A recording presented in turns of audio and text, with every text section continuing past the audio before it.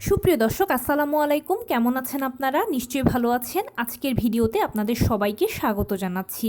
আজকে আমি আপনাদের সাথে আলোচনা করব নর্মাল ডেলিভারির জন্য যেই ওষুধটা নিয়মিত সেবন করবেন। তাহলে চলুন বলছি কী ওষুধ সেবন করতে হবে। বাই দ্য ওয়ে, মূল ভিডিওতে যাওয়ার আগে একটা কথা বলি, আমি আমার চ্যানেলে pregnancy related, specially normal delivery related অনেক ইম্পর্ট্যান্ট তথ্য ভিডিও আকারে শেয়ার করে থাকি। এই তথ্যগুলো আমার পার্সোনাল এক্সপিরিয়েন্স ও আমার ডক্টরের সাজেশন থেকে নেওয়া। তাই আমার চ্যানেলটিকে যদি একবার আপনারা ভিজিট করেন, তাহলে আপনারা আপনাদের প্রশ্নাতীত মনের অনেক প্রশ্নের উত্তর পেয়ে যেতে পারেন। আমন্ত্রণ জানাবো আমার চ্যানেলটিকে একবার ভিজিট করে দেখার জন্য। এবারে চলুন মূল আলোচনায় যাওয়া যাক। আমি শুরুতেই বলেছি আজকে আলোচনা করব নর্মাল ডেলিভারির জন্য যে ওষুধটা নিয়মিত সেবন করবেন। দেখুন, আমরা সবাই জানি যে নর্মাল ডেলিভারিটা সিজারের তুলনায় খুব ভালো, কারণ সিজার হলো একটা ছোটোখাটো অপারেশনের আগে পরে বিভিন্ন ধরনের ঝুঁকি থাকে, বিভিন্ন ধরনের সাইড ইফেক্টস থাকে। এছাড়া সিজারিয়ান পেশেন্টকে সারা জীবনভর কিছু না কিছু রোগশোক বহন করতে হয়, বিভিন্ন ধরনের নিষেধাজ্ঞা মানতে হয়। নর্মাল ডেলিভারির পেশেন্ট এর সব কিছু থেকে সেফ ও সিকিওর। সারা জীবনভর নর্মাল ডেলিভারি পেশেন্ট ভালো থাকেন। সেই জন্য সব কিছু জেনে বুঝে আমরা নর্মাল ডেলিভারিকে পছন্দ করি। সন্তান জন্মদানের ক্ষেত্রে আমাদের অন্যতম পছন্দের পদ্ধতি হলো নর্মাল ডেলিভারি। এখন নর্মাল ডেলিভারির জন্য কি কোনো ওষুধ সেবন করতে হবে কি না, বা কী ওষুধ সেবন করতে হবে, নাম কি, কতদিন সেবন করব, কত সপ্তাহ থেকে সেবন করব, ম্যাক্সিমাম টাইম আপনারা অনেকে আমাকে এই প্রশ্নটা করেন, তাই এটারই আজকে উত্তর দেব। নর্মাল ডেলিভারির যদি আপনার সত্যি ইচ্ছে থাকে, তাহলে প্রথমে আপনাকে মনোবল স্থির রাখতে হবে। অনেকে আছেন যে শুধু মুখে মুখে লোক দেখানোর জন্য বলেন যে নর্মাল ডেলিভারি চাই, কিন্তু মন থেকে আসলে কিছু মানেন না বা করেন না। সেরকম হলে কিন্তু নর্মাল ডেলিভারিটা টাফ হয়ে যাবে। নর্মাল ডেলিভারির জন্য প্রথম কথাই হচ্ছে আপনাকে মানসিকভাবে দৃঢ় থাকতে হবে, শক্ত থাকতে হবে, ধৈর্য রাখার মানসিকতা থাকতে হবে, এবং ফাইনালি নর্মাল ডেলিভারি হওয়ার জন্য অপেক্ষা করার মতো মানসিকতা থাকতে হবে। তার পাশাপাশি যেটা করবেন সেটা হচ্ছে প্রতিদিন সকালবেলা ঘুম থেকে উঠে 30 মিনিট বাহিরে খোলা রোদে হাঁটাচলা করবেন। এরপরে কিছুক্ষণ বাটারফ্লাই স্টাইলে বসে থাকবেন। ছবিতে দেখানো স্টাইলটা হলো বাটারফ্লাই স্টাইল। তারপরে দুপুরে খাবারের পরে কিছুক্ষণ হাঁটাচলা করবেন, কিছুক্ষণ বাটারফ্লাই স্টাইলে বসে থাকবেন। আপনি কর্মজীবী হন বা গৃহিণী হন, সারাদিনে যা যেরকম কাজকর্ম করেন না কেন, সব কিছুর মাঝে যেন হালকা ফুলকো কায়িক শ্রম থাকে, সেটা প্লিজ নিশ্চিত করবেন। অবশ্যই রাত 9টা থেকে 9:30টার মধ্যে রাতের খাবারটা খেয়ে ফেলবেন। 10টা থেকে 10:30টার মধ্যে ঘুমিয়ে পড়বেন, কোনো ডিভাইস ছাড়া। এবং রাতে খাবারের পরে 30 মিনিট হাঁটাচলা করবেন, কিছুক্ষণ বাটারফ্লাই স্টাইলে বসে থাকবেন, লো কমেটটা ব্যবহার করবেন। পরিবারকে সময় দেবেন, নিজের মনকে ভালো রাখার চেষ্টা করবেন, হাসি খুশি থাকবেন, টেনশন ফ্রি থাকার চেষ্টা করবেন। যেই কাজ করলে আপনার টেনশন কম হবে সেই কাজটা বেশি বেশি করবেন। স্পেশালি যখন আপনি ফ্যামিলির সঙ্গে থাকবেন, তখন আপনার বিভিন্ন জনের সাথে থাকলে মানসিকভাবে আপনি ভালো থাকবেন, স্বাচ্ছন্দ্য থাকবে আপনার, তখন অযথা টেনশনও মনে আসবে না।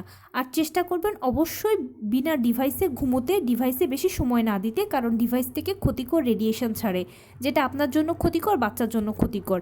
আর রাত 10টা থেকে 10:30টার মধ্যে ঘুমিয়ে পড়ে ওই যে ভোরবেলা ঘুম থেকে উঠবেন, এতে আপনার খুব ভালো ঘুম হবে, রিল্যাক্স লাগবে। স্রেফ এতটুকুই হচ্ছে নর্মাল ডেলিভারির জন্য করণীয় আপনার। এটাই নর্মাল ডেলিভারির ঔষধ, আর কিছুই নয়। কেন বললাম? কারণ এই কাজটার ফলে যে সুফলটা হবে আপনার, নর্মাল ডেলিভারির জন্য হচ্ছে নিয়মিত ব্যায়াম করা প্রয়োজন। এখন আপনি যদি নিয়মিত হাঁটাচলা করেন, বাটারফ্লাই স্টাইলে বসে থাকেন, লো কমেটটা ব্যবহার করেন, তাহলে তো এটা একটা আপনার ব্যায়াম হয়ে গেল। এক্সট্রা কোনো ব্যায়ামের আর আপনার প্রয়োজন হবে না। টুকটাক শ্রম যদি করেন, সেটাও ব্যায়াম হয়ে গেল। এর জন্য আর আলাদা কিছুই করতে হবে না আপনাকে। রাত 9টা থেকে 9:30টার মধ্যে যদি রাতের খাবারটা খেয়ে ফেলেন, তাহলে খাবারটা ভালো হজম হবে। আর রাতের খাবার যখন ভালো হজম হয়, তখন গ্যাস্ট্রিক, কোষ্ঠকাঠিন্য, অন্যান্য ছোটোখাটো রোগগুলোর জন্য ওষুধ লাগে না, এমনিতে এগুলো সেরে যায়। কারণ কি, সারাদিনে তো আমরা হাঁটাচলা করি, তাই খাবার হজম হয়ে যায় সহজে। কিন্তু রাতে অনেকে আছেন যে খাবার খেয়েই ঘুমিয়ে পড়েন, হাঁটাচলা করেন না, এতে খাবারটা ভালো হজম হয় না, তখন গ্যাস্ট্রিক, কোষ্ঠকাঠিন্যের মতো রোগগুলো বেশি বেশি দেখা দেয়। আর যেহেতু গর্ভাবস্থায় যেন তেন ওষুধ সেবন করা যায় না, বা ডাক্তাররাও যত্রতত্র ওষুধ প্রেসক্রাইব করেন না, তাই এই ধরনের ঘরোয়া বা প্রাকৃতিক জিনিসগুলো মেনটেন করলে বিনা ওষুধেই নিজেকে ছোটোখাটো অসুখের হাত থেকে রক্ষা করতে পারবেন। কোনো ডিভাইস ছাড়া যদি আপনি 10টা থেকে 10:30টার মধ্যে ঘুমিয়ে পড়েন আর ভোরবেলা ঘুম থেকে উঠেন, তাহলে আপনার 8-9 ঘন্টার একটা লম্বা ঘুম হবে।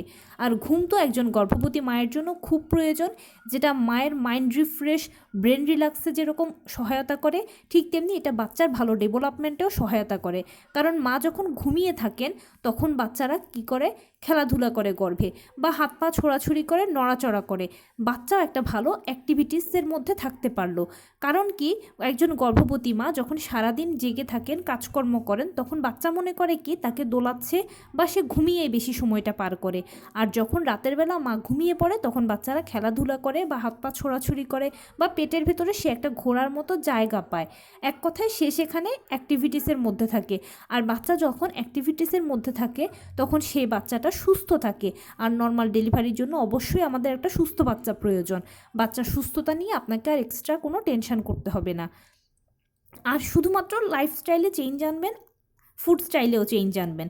ফুড স্টাইলে যে চেঞ্জটা আনবেন সেটা হচ্ছে, আপনি যেই খাবারই খান না কেন, মাছ, মাংস, দুধ, ডিম, হলুদ ফলমূল, সবুজ শাকসবজি, লাল জাতীয় খাবার, ওমেগা 3 ফ্যাটি অ্যাসিড সমৃদ্ধ খাবার, কলা, খেজুর, বাদাম, কুসুম গরম 1 গ্লাস দুধ ও 2টো করে ডিম, এই সব কিছু খাবেন।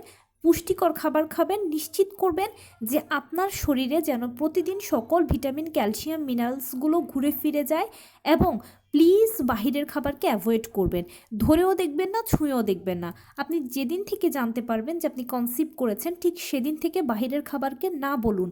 কারণ কি, বাহিরের খাবারে ক্ষতিকর কেমিক্যাল থাকে, বিভিন্ন ধরনের রাসায়নিক মিশ্রিত থাকে, যেটা প্লাসেন্টা দিয়ে সরাসরি বাচ্চার উপরে গিয়ে ইফেক্ট করে। আর এর সব কিছুর ফলে কিন্তু অনেক সময় দেখা যায় যে বাচ্চা বিকলাঙ্গ বা জন্মগত ত্রুটি নিয়েও জন্মায়। তাই বাহিরের খাবারকে না বলুন, এটা ধরেও দেখবেন না, ছুঁয়েও দেখবেন না। কোনো কিছু যদি বাহিরের খাবার খেতে ইচ্ছে হয় তাহলে বাড়িতে সেটাকে বানিয়ে খান। অবশ্যই আপনি সর্বোচ্চ হাইজিন মেনটেন করেই তো বানাবেন, তাই না? তাহলে এটা আপনার জন্য ভালো হবে, বাচ্চার জন্য ভালো হবে। স্রেফ এই লাইফস্টাইল ও ফুড স্টাইলে যদি চেঞ্জটুকু আনতে পারেন, তাহলে ইনশাল্লাহ দেখবেন আপনাদের নর্মাল ডেলিভারি হবেই। কারণ নর্মাল ডেলিভারিটা হচ্ছে একটা প্রাকৃতিক পদ্ধতি, সেই জন্য এটাকে আমাদের প্রাকৃতিকভাবে হ্যান্ডেল করতে হবে। প্রাকৃতিকভাবে হ্যান্ডেল মানে হলো লাইফস্টাইলের এই চেঞ্জ আর ফুড স্টাইলের এই চেঞ্জগুলোই আপনাকে নর্মাল ডেলিভারির চান্সকে বহুগুণে বাড়িয়ে দেবে। তার পাশাপাশি বোনাস আমি আরও 2-3টে কথা বলবো। সেটা হচ্ছে, চেষ্টা করবেন প্রথম থেকে শেষ পর্যন্ত একজন ডাক্তারের আন্ডারেই থাকতে।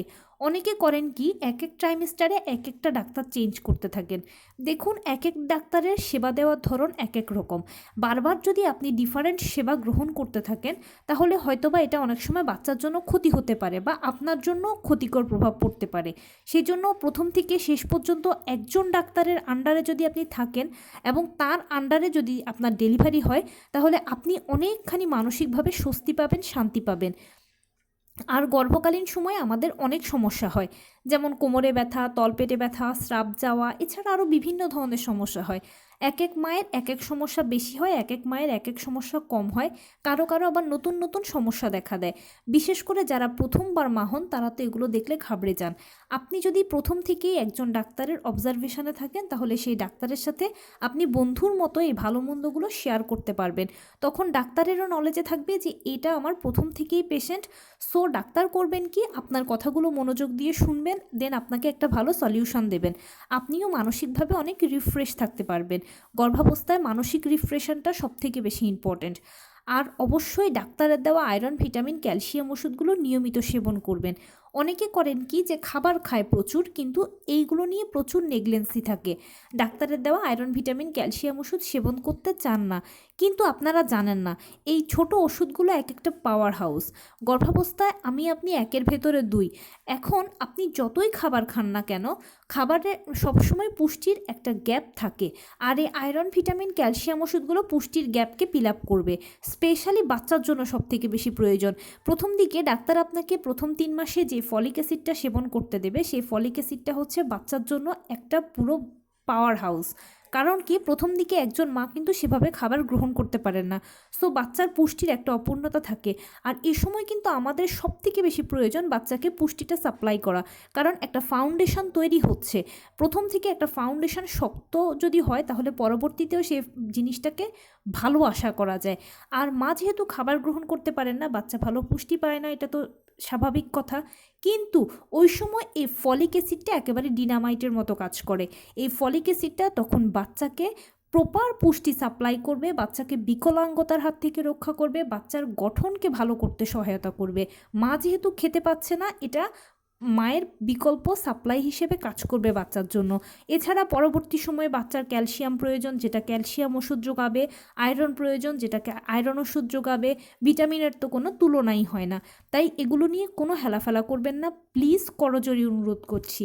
ডাক্তার আপনাকে যেভাবে যেই রকম সেবন করতে দিয়েছি এগুলো সেভাবে সেবন করবেন একেবারে ডেলিভারি হওয়া পর্যন্ত। অনেকে ডেলিভারি পরেও সেবন করে, সেটা আপনার ডাক্তারের সাথে যোগাযোগ করে আপনি চাইলে করতে পারেন, এরপর না হয় স্কিপ করে যেতে পারেন, সমস্যা নেই। কিন্তু একেবারে ডেলিভারি হওয়া পর্যন্ত এগুলো নিয়মিত সেবন করবেন। আর অবশ্যই 12 থেকে 14 গ্লাস পানি খাবেন। এতটুকু যদি আপনি করতে পারেন, আর কিচ্ছু প্রয়োজন হবে না নর্মাল ডেলিভারির জন্য। অবশ্যই আপনার নর্মাল ডেলিভারির চান্স অনেক অনেক গুণ বেশি থাকবে অন্যদের তুলনায়। কারণ কি, নর্মাল ডেলিভারির শর্তই হচ্ছে সুস্থ মা সুস্থ বাচ্চা। আর এই নিয়মগুলো বা এই লাইফস্টাইল আর ফুড স্টাইলটা আপনাকে অবশ্যই সুস্থ রাখবে এবং আপনার বাচ্চাকেও সুস্থ রাখবে। সো আপনাদের নর্মাল ডেলিভারির চান্স বহুগুণে থাকবে, যেটা আমি বারবার বলছি। আর অবশ্যই অনেকে আমাকে প্রশ্ন করেন যে আপু, আমরা এক্সট্রা কী কী ব্যায়াম করতে পারি নর্মাল ডেলিভারির জন্য নবম মাসে বা 36 সপ্তাহের পর থেকে?